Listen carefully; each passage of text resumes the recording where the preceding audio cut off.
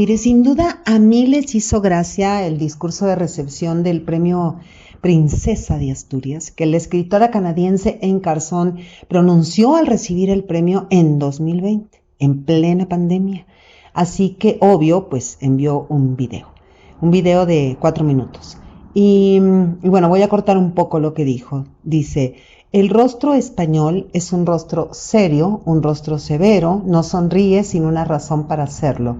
Los rostros norteamericanos, como saben, sonríen continuamente, con todos los dientes, sin motivo alguno. Pero una sonrisa española es difícil de ganar. Por eso es de especial importancia para mí que hayan elegido sonreírme hoy con la entrega de este asombroso y extraordinario premio. Quiero expresar mi gratitud y también decir algo sobre la gratitud, porque es una palabra interesante. Y bueno, más adelante, después de diseccionar etimológica y filológicamente la palabra gratitud y su parentesco con el término gracia, Anne Carson dice: la gracia va y viene entre el creador de una obra de arte y su audiencia, como entre el que da y el que recibe un regalo. Ninguno podría existir sin el otro. Esto es genial. Y para rematar, mire lo que hace Anne Carson, dice: y con el fin de consolidar nuestra nueva relación de gracia, me gustaría realizar para ustedes y con ustedes un pequeño poema. Es un poema interactivo, lo que significa que yo digo una parte y ustedes dicen otra parte y las dos se unen en algún lugar del ciberespacio para dar forma a un pequeño significado. Así que aquí está su parte. Ustedes tienen que decir: comprémoslo, qué ganga, cuando yo les indique. Contaré hasta 3 para que puedan practicar. Comprémoslo, qué gracia. ¿De acuerdo? Recuerden su estrofa. Y dice a continuación: charla breve sobre la sensación del despegue de un avión. Y comenta, ¿no? Anne Carson dice: bueno, ya saben, eso podría ser el verdadero amor corriendo hacia mi vida con los brazos en alto gritando. Y aquí se supone que los españoles debían decir: comprémoslo, qué ganga. Y al final dice: gracias, buenas noches. Y claro que en el video, que vaya usted a saber si sus majestades lo estaban viendo, pues no se escucha que nadie haya gritado: comprémoslo, qué ganga. Esta es Anne Carson. Una maravilla. Bueno, iniciemos por el principio, como dice Aristóteles en su indispensable poética.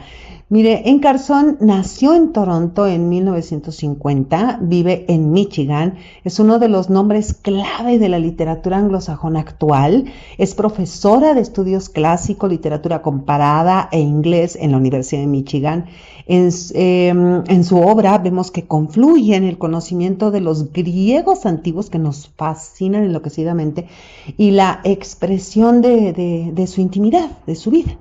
Y todo esto, ¿no?, que tiene que ver con peripecias amorosas de los dioses olímpicos y con el propio divorcio de la autora, la muerte del hermano de Cayo Valerio Catulo en el siglo I, este poeta latino, y la de su propio hermano en el año 2000. Vea cómo va combinando, ¿no?, su propia vida con toda esta antigüedad, ¿no?, de lo griego, de lo greco, latino. Y bueno, Anne Carson ha construido desde el mundo grecolatino una poesía en la que la vitalidad del gran pensamiento clásico pues funciona a la manera como de una cartografía de las complejidades, pero del momento actual. Porque para ella no hay ninguna separación ni conflicto, mucho menos entre pasado y presente. Para Anne Carson, nuestras ideas sobre el amor, la política, la muerte, el poder, el tiempo, no son diferentes.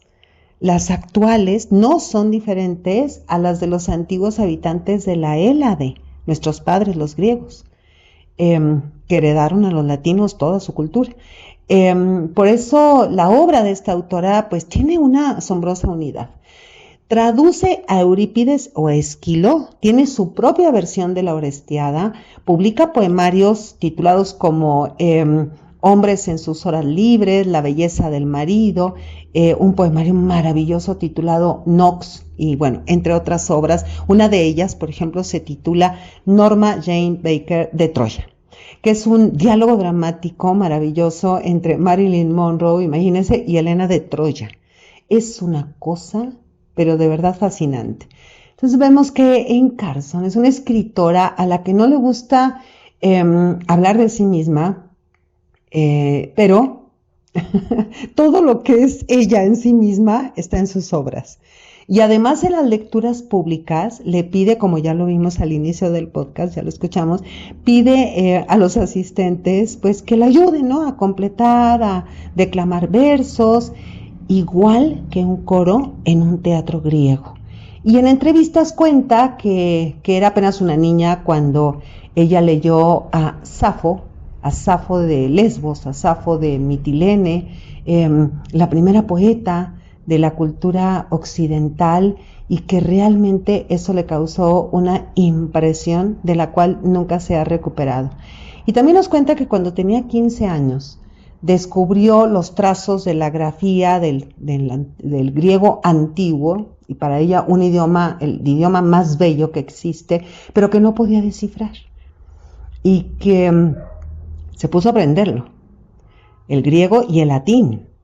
Y ella siempre va a decir, ¿no? Ese aprendizaje le dio una carrera, pero también le dio su felicidad. Dice, le debo mi carrera y mi felicidad. Bueno, a los 31 años se doctoró como filóloga. A los 42 publica su primer libro de poemas. Antes había publicado un ensayo que venía de su tesis doctoral. Ya hablaremos de esto.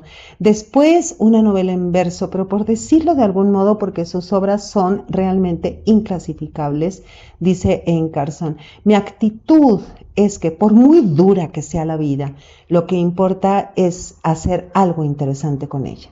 Y esto viene a cuento, porque en lo que le tocó hacer cuando en el año 2000 muere su hermano, el hermano muere en Copenhague, y ella cuenta que no se habían visto desde 1978, el hermano muere en el año 2000, y porque el hermano había huido de Canadá por ciertas cuestiones de problemas de drogas. Y entonces lo que hace Anne Carson, obviamente, pues es un poemario que la vaya acompañando en el duelo. Y en ese poemario, pues va mezclando los famosos poemas de Catulo con las fotografías de su hermano, con poemas de ella misma. Y es un libro de una sola hoja, una hoja muy grande, pero que está doblado en forma de acordeón, está ilustrado con collage, tiene fotografías además, pero además está metido en una caja. Y a estos poemas, Anne Carson les llama, a todos, sus poemas les llama performance o les llama tangos, incluso les llama ensayos. Y bueno, es que Anne Carson es genial. En un verso de su poemario más conocido se titula La belleza del marido, que ya hablaremos de esto. Ese poemario que recibió en el 2001 el premio T.C. Eliot de poesía, que por primera vez fue otorgado a una mujer. Dice, la belleza no descansa. Y tiene razón. La vida tiene momentos durísimos, pero la belleza no descansa. Y bueno, en la solapa de sus libros, y esto es muy encantador, lo único que ella quiere es que si está ahí su fotografía en las solapas, y que no lo logra, porque obviamente las editoriales tienen que integrar cierta nota biográfica, dice, lo único que quiero que se diga de mí es que me gano la vida enseñando griego antiguo. Pero una biografía, sabemos, no está hecha solo de libros, ni de clases, lecturas, traducciones o premios. Hay una vivencia personal, y esa vivencia personal también nutre la obra de Anne Carson. La demencia del padre, el Alzheimer de la madre aparecen en sus obras, sobre todo en su obra titulada De Creación, donde plantea el dolor derivado del cuidado y de la pérdida de la memoria. Escribe ahí, ¿cómo comunicarnos cuando las palabras se desvanecen? Navegamos, madre, en un océano sin barcos.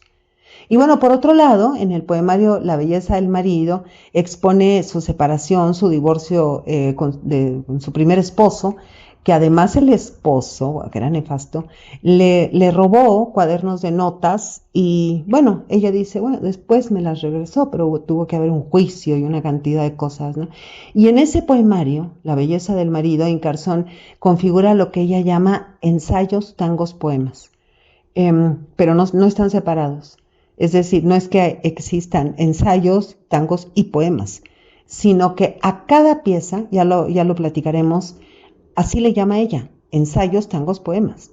Y también es muy autobiográfico, igual que el poemario Nox, que ya comentamos, donde Encarzón transita el duelo de su hermano. Es uno de los libros más radicales, uno de los libros más hermosos.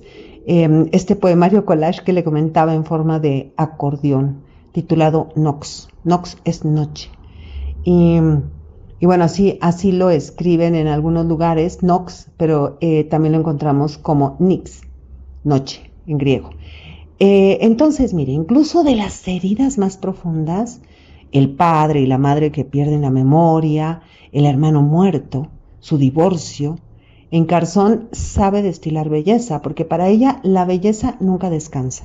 Pero no se trata, mire, de una belleza evidente, una belleza material, es una evidencia sofisticada, es la variación contemporánea de lo que podríamos entender como lo sublime. Son hermosísimas sus ideas, sus juegos, los modos en que tensa el sonido y el sentido, los silencios, los ritmos. Sus obras nos invitan, ¿no?, a preguntarnos, cuestionan el presente y cuestionan a la literatura también en un triple movimiento. Esta es su poética. Esta es la base de todas las obras de Encarzón: el deseo, diálogo, encuentro. Un triple movimiento, reitero, deseo, diálogo, encuentro. Y esto es lo que encontramos, desde aquí lo va a postular en esa obra que le comentaba, que es su primer ensayo, que se titula Eros dulce, amargo. Por eso es deseo, diálogo, encuentro. Deseo de Eros, diálogo de dulzura, encuentro con la amargura, con lo amargo. Es el primer ensayo que publicó y que ese ensayo es el resultado de su tesis doctoral. Y bueno, es una indagación acerca de la gramática del discurso erótico, es decir, la tensión entre proximidad y ausencia, la prolongación del tiempo por la espera. Es decir, la imaginación es el núcleo del deseo y actúa en el núcleo de la metáfora.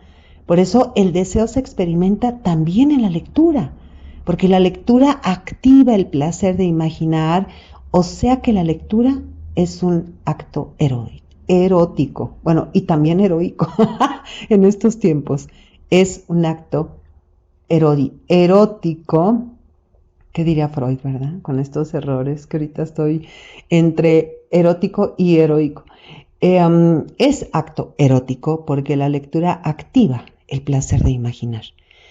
Es tan genial Encarzón que hasta convierte las notas a pie de página y los apéndices en formas poéticas. Y también sus traducciones, ¿no? Las notas que preceden a sus traducciones las convierte en poesía. Y bueno, por ejemplo, como estos versos que introduce la versión de las Bacantes de Eurípides en su traducción que ella hace de Eurípides, dice: el deseo antes del deseo, el amido del comienzo para saber que no sabes. Esa es una glosa que ella hace a partir de la traducción. Y bueno, toda su obra en verso y en prosa, ensayística, poética, propia, traducida, no se puede leer de otra manera más que como una doble conversación ininterrumpida entre lo greco-latino, lo clásico y lo contemporáneo. Por un lado, teje el diálogo con la mitología clásica y su reescritura. Por ejemplo, mire, Gerión, el monstruo rojo y alado que Heracles asesinó para cumplir con su 10º trabajo y que Dante coloca en el canto 17 del infierno de la Divina Comedia, Gerión protagoniza la obra de Encarzón titulada Autobiografía de Rojo, una novela en verso que es sobre todo una declinación del término belleza, pero declinación en un sentido filológico. Es impresionante lo que hace Incarson. Bueno, su gerión, el de ella, de sí misma, de su creación, es un adolescente con alas, que vive la experiencia del amor dulce amargo, o el deseo dulce amargo, cuando se enamora de otro joven, pero ese otro joven es nada más y nada menos que Heracles. Y, y este Gerión es también un apasionado de la fotografía, porque, por otro lado, en Carson conversa con el mundo contemporáneo, como decíamos. Helena de Troya, que conversa con Marilyn Monroe, por ejemplo. Cassandra, encontramos a Cassandra, ¿no? Palpitando en un poemario titulado Flota. Esta obra es una cosa impresionante. Son 22 cuadernillos independientes dentro de una caja transparente, que además están diseñados para ser leídos en cualquier orden, como una rayuela matic. Y además también encontramos a la figura de Antígona, pero en otra obra. Esta obra se titula Antigonic, que es un libro de arte, es una maravilla, de arte y poesía. El texto está todo escrito a mano por la propia Carson, que eso ha provocado una cantidad de problemas para las traducciones, y además está escrito a mano y sin puntuación. Y incluye ilustraciones surrealistas de la artista Bianca Stone, que están superpuestas en páginas semitransparentes. Es que mire, una no sabe qué hacer después de asombrarse con escritoras pero tan extraordinarias como Anne Carson.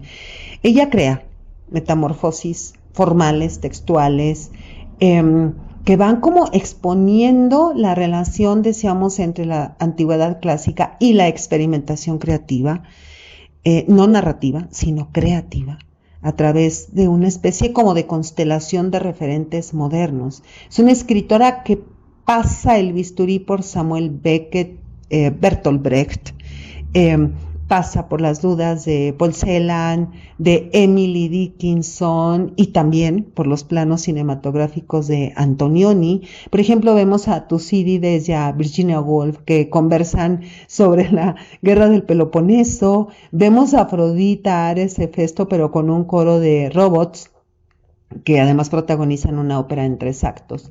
Mire, Anne Carson es una alquimista y en todas sus obras hay deseo, diálogo, encuentro.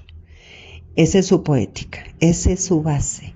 Y no solo entre el sujeto y el objeto eróticos o entre referentes antiguos y contemporáneos, sino también entre lenguajes creativos. Por ejemplo, en Knox interactúan fotografías, dibujos, collage, entradas de diccionario o definiciones. Va configurando de esta manera como el diario de un duelo, donde el hilo conductor es nada más, qué maravilla, es Cátulo. Cátulo, decíamos, el poeta latino, dice Anne Carson: nunca logré la traducción del poema 101, cómo me habría gustado, pero a lo largo de los años en que trabajé en ella, empecé a considerar la traducción como una habitación no precisamente desconocida, donde se busca a tientas el interruptor de luz. Pero miren, esto que le acabo de leer, no lo dijo en una entrevista, sino que son las notas a pie de página que ella va anotando en estas obras como para que el lector y la lectora nos internemos en su propia mente. Entonces Anne Carson, como vemos, va ingresando como en espacios en los que ninguna otra escritora, ni tampoco escritor, se había adentrado antes. Híbridos de ensayo, poemas, textos escritos para espacios performáticos. Ella además colabora con muchos artistas, con muchos músicos. Es que Anne Carson es tremendamente lúdica. También encontramos juego en su obra Albertine o Albertine, que es una interpretación libre muy gozosa de la gran novela de Marcel Proust. Dice Anne Carson: ¿qué aspecto tiene la distancia? Es una pregunta sencilla y directa. Se extiende desde un adentro ilimitado hasta el borde de lo que puede amarse. Depende de la luz. Bueno, mire, Anne Carson es un reto. porque saca de sus casillas a la lectora o al lector convencional. Por ejemplo, cuenta que en el Camino de Santiago, que recorrió en 1983 a pie durante un mes, encontró o inventó, ¿no? Porque encontrar es inventar, el concepto para uno de sus primeros libros, este libro titulado Tipos de agua, que es una obra híbrida entre el diario de viaje y la ficción, entre la descripción de fotografías que no existen o que están ausentes, y la confesión autobiográfica. Es una obra que nació de una visita a su padre cuando él padecía demencia, y cuenta que el padre, fíjese, el padre con demencia, eso cuenta su hija, que el padre le preguntó: ¿cómo vas a ser capaz de ver tu vida si no te alejas de ella? Y después en Carson diría: deseo, diálogo, encuentro.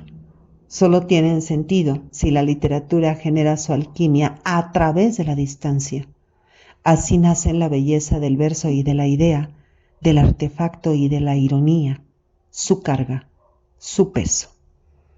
En Carson escribe estos versos en La belleza del marido, en este poemario. Dice: aquí tienes mi consejo, aguanta, aguanta la belleza. Y claro que en la traducción dice aguantad, ¿no? Aquí tenéis mi consejo, aguantad, aguantad la belleza. Porque en este poemario describe al marido, ex marido, ¿no? Bueno, es que va en transición. Primero es su pareja, su novio, su amante, y después marido, y después ex marido, ¿no? Recuerde que aquí estamos en deseo, diálogo, encuentro. Y ese encuentro es la amargura, o sea, el ex marido. Y bueno, nos lo va a presentar como un hombre guapísimo, bellísimo, y tan guapo que ella le toleraba todo todito. Mire, la belleza del marido abre la puerta a la intimidad de un matrimonio tormentoso. Es como el relato, ¿no? Pero lo estoy poniendo muy entrecomillado, de una pasión, este poemario que parece hecho por una esposa enamorada, porque la voz lírica es una esposa muy enamorada, que desea sexualmente terriblemente a su marido, que sabe además desde el comienzo que su matrimonio es un fracaso, que su marido es desleal, es mentiroso, es miserable, y que sin embargo el matrimonio sigue adelante, y ella, obvio, con el matrimonio, porque ella es la que sigue y sigue, ¿no? Y sin arrepentimiento alguno, conservando sus sentimientos vivos hacia alguien que no lo merece.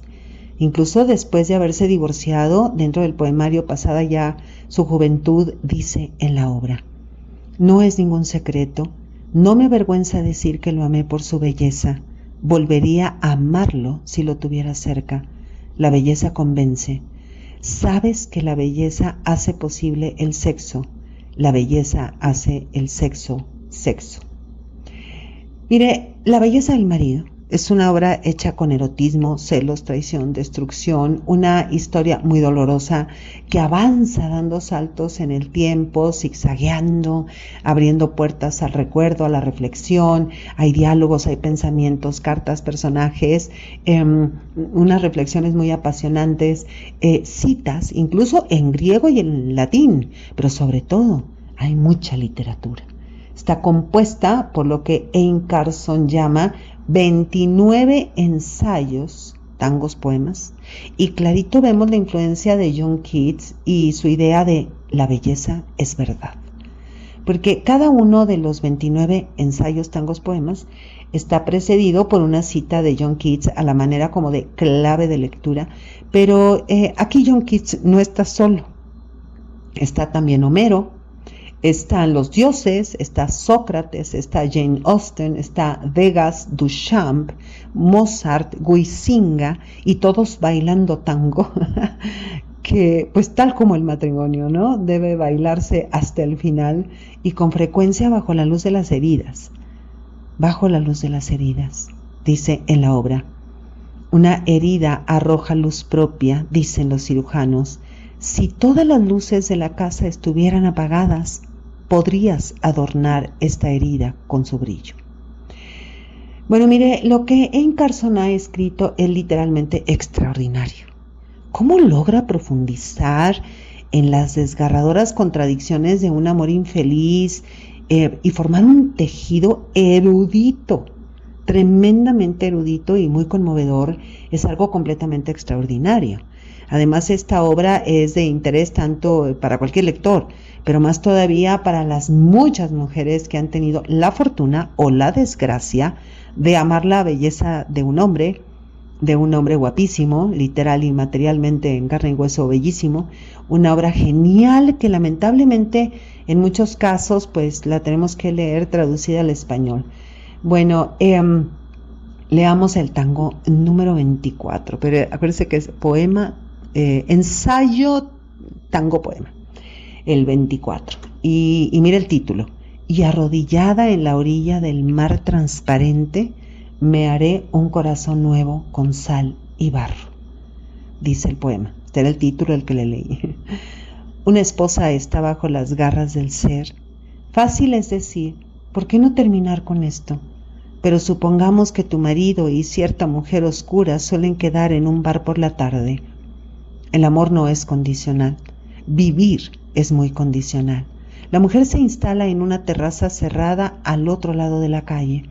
Observa a la mujer oscura, que con la mano le toca la sien como si le estuviera metiendo algo. Observa cómo él se inclina un poco hacia la mujer y luego se vuelve atrás. Están serios. Su seriedad la atormenta. Las personas que pueden estar serias cuando están juntas es porque tienen algo profundo.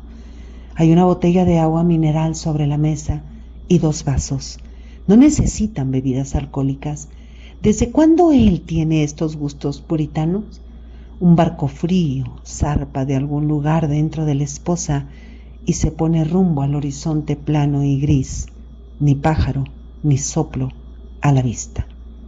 Bueno, miren, si traducido este ensayo, tango, poema es tan extraordinario, sin duda en su idioma original seguramente lo es más. Mire, en Carson dota al marido de una casi divinidad mitológica para usar el lenguaje, convirtiéndolo pues en un hombre encantador, en un hombre manipulador. Y la obra entera es una reflexión sobre cómo las palabras y la verdad pueden ser moldeadas por quien tiene el control emocional. Sentimos que la belleza convence y justifica el deseo, explorando como las dinámicas del poder, cuando la belleza, y cuando decimos belleza, en este caso del poemario, estamos hablando del deseo sexual, estamos hablando de un erotismo muy profundo que una mujer siente, profundo y devastador, que una mujer siente por un hombre, y que esto es utilizado por este deseo, ¿no?, que siente la mujer, es usado por ese hombre, por ese ser bello, hermoso, pero lo usa para manipular y mentir. Y bueno, si este podcast fuera una reseña, que no lo es, diríamos que La belleza del marido es la conmovedora historia de una pareja desde que se conocen cuando eran adolescentes en una clase de latín hasta el derrumbamiento de su matrimonio y bueno, en medio vemos desordenados, ¿no?, cronológicamente, porque en Carson va de un tango a otro guiada por una voz interior, los tangos dulces del principio, pero luego los encuentros furtivos, pero también los celos de la voz lírica hacia el marido, y todo esto, porque el marido va sustituyendo, ¿no? Sustituye a su esposa, la va sustituyendo por otras mujeres, incluso por amigos, incluso por aficiones, y estas continuas infidelidades y mentiras pues van a provocar las discusiones. Todo esto lo estamos leyendo en el poemario. Las discusiones a altas horas de la noche que van a conducir a una ruptura, a la ruptura del matrimonio. Bueno, hasta aquí sería una reseña, pero aquí no se trata de hacer reseñas, porque lo valioso de la obra no es la trama, entre comillas trama, porque ni trama tiene realmente, sino que hay en medio de ella lo que vemos dentro de la obra es la mirada de Amy Carson sobre la relación de pareja, y vemos los recursos poéticos que usa con un acierto bárbaro para hablar del deseo y de la herida. Y vemos también cómo va incluyendo en La belleza del marido, en este poemario, teorías filosóficas, y va mencionando a grandes escritores, Homero, Platón, Kafka, Proust, que se integran en el poema para enriquecerlo, es que mire, es una obra intertextual, pero hasta la médula. Y vemos cómo cita Homero a propósito de la lealtad de Andrómaca para ironizar sobre la escasa lealtad del marido. Es decir, ¿cómo es posible que en un matrimonio como el de Héctor y Andrómaca, lo más importante haya sido la fidelidad, la lealtad? ¿Y por qué? ¿Por qué un marido no puede con esto? ¿Por qué una mujer sí? ¿Por qué una esposa sí? ¿Por qué Andrómaca sí? ¿Y por qué el marido, de la belleza del marido, no? O cómo en una discusión aparece el autor Beckett esperando a Godot y ella le contesta al marido: esto es trivial, parece Beckett, di algo. O el poema 20, ¿no?, que ahora le voy a leer, dice ensayo tango poema 20. Pasar entonces rápidamente de un punto al siguiente, por ejemplo, de pezón duro, de duro a cuarto de hotel, de cuarto de hotel a la frase encontrada en una carta que escribió en un taxi el día que se cruzó con su mujer. ¿Qué cosa? O la manera en que en el ensayo tango poema 7 nos lleva a las mentiras del marido.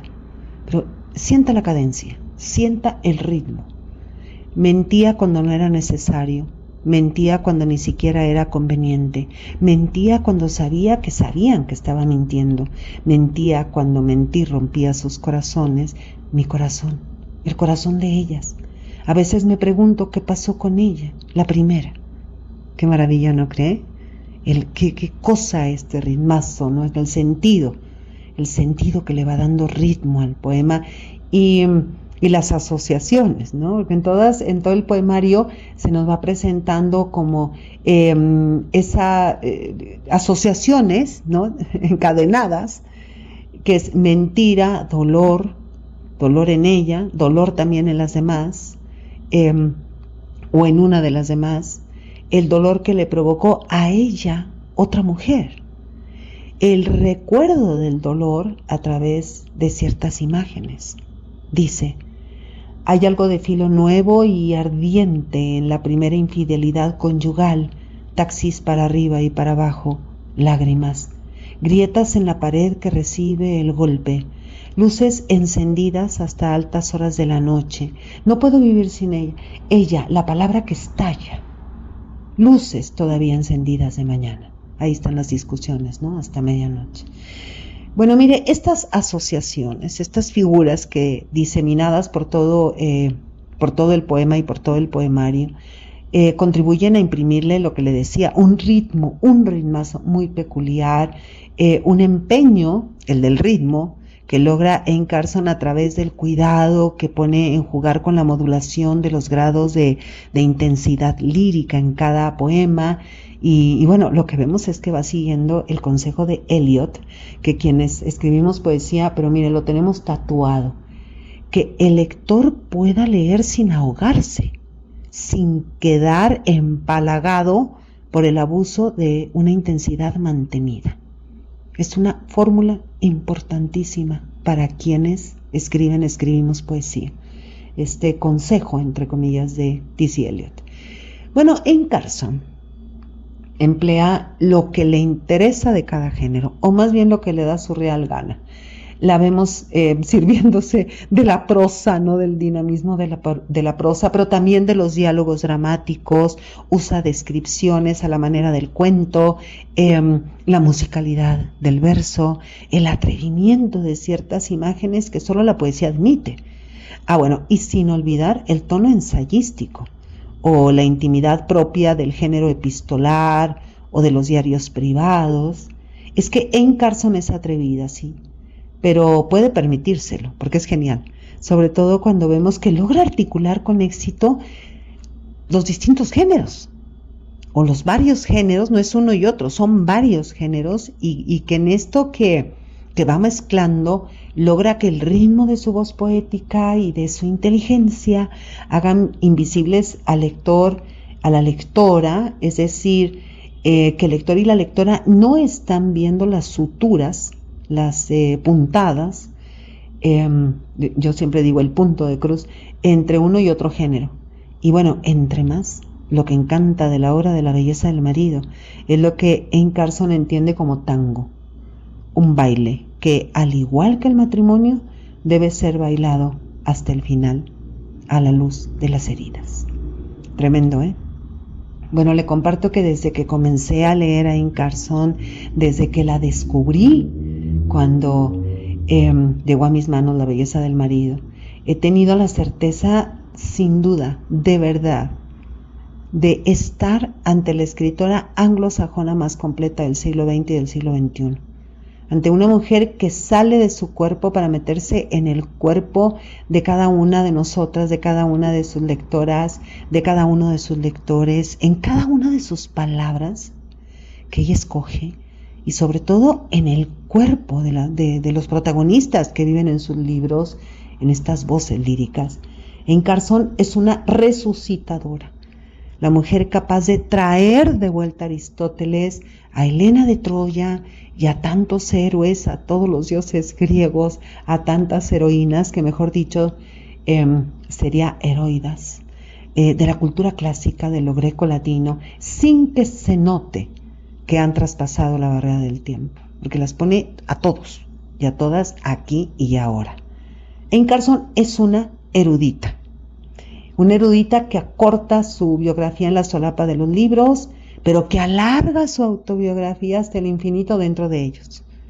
Y bueno, leer a la poeta y ensayista canadiense Amy Carson, y que además que esperemos que alguna vez le den el Nobel, es una experiencia transformadora, porque disuelve las fronteras entre géneros literarios.